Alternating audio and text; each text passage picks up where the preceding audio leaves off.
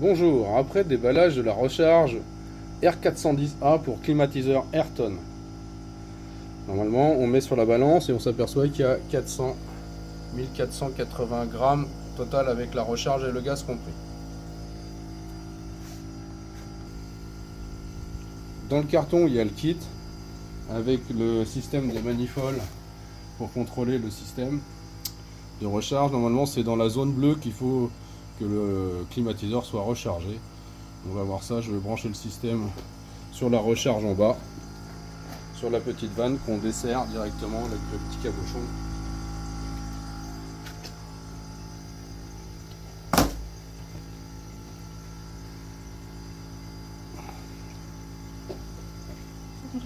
C'est coupé ? Non, non. Première étape, normalement, brancher la bouteille sur le petit mano. Normalement, quand c'est la bonne bouteille avec le bon kit, tout va bien. Il y a deux types de bouteilles.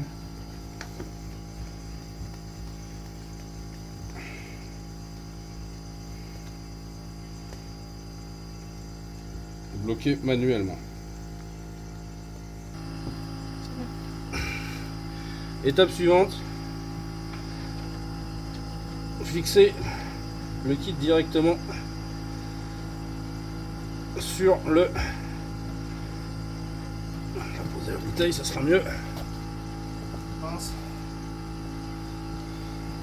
Sur la clim, bien évidemment, en fonctionnement et à fond au max sur le froid.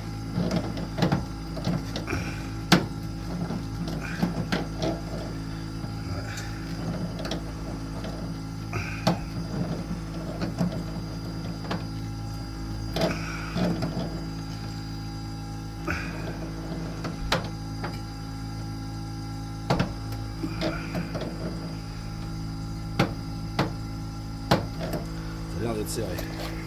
Je fais un petit contrôle. Effectivement, on est dans la zone verte et là il en manque pas mal de gaz.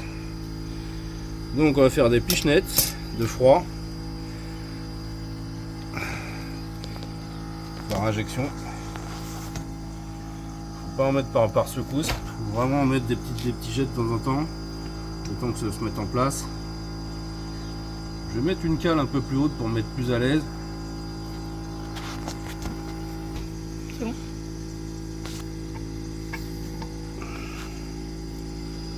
Je vais le faire par à coup. Je pense que ça va prendre un peu de temps parce qu'il en manquait quand même pas mal. Le temps que le gaz s'équilibre dans la machine.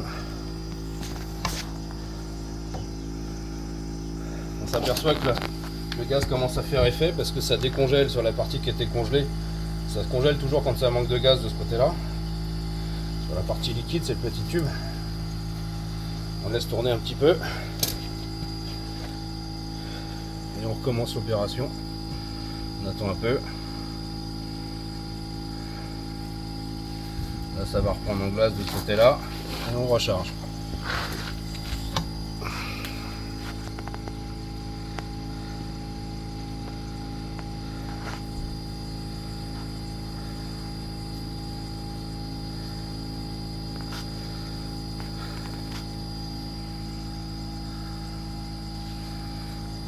Ça permet de sauver des climatiseurs, les climatiseurs low cost qui sont vendus chez tout le monde là. Et juste une petite recharge. Celui-là il a 5-6 ans, il permet un peu de gaz. Au bout de quelques recharges, on s'aperçoit qu'on arrive dans la zone bleue. On avance un tout petit peu dans la zone bleue pour être tranquille.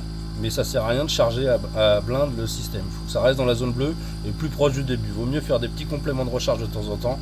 On surveille si ça prend en glace ici ou sur la batterie intérieure. Et sinon on fait rien de plus.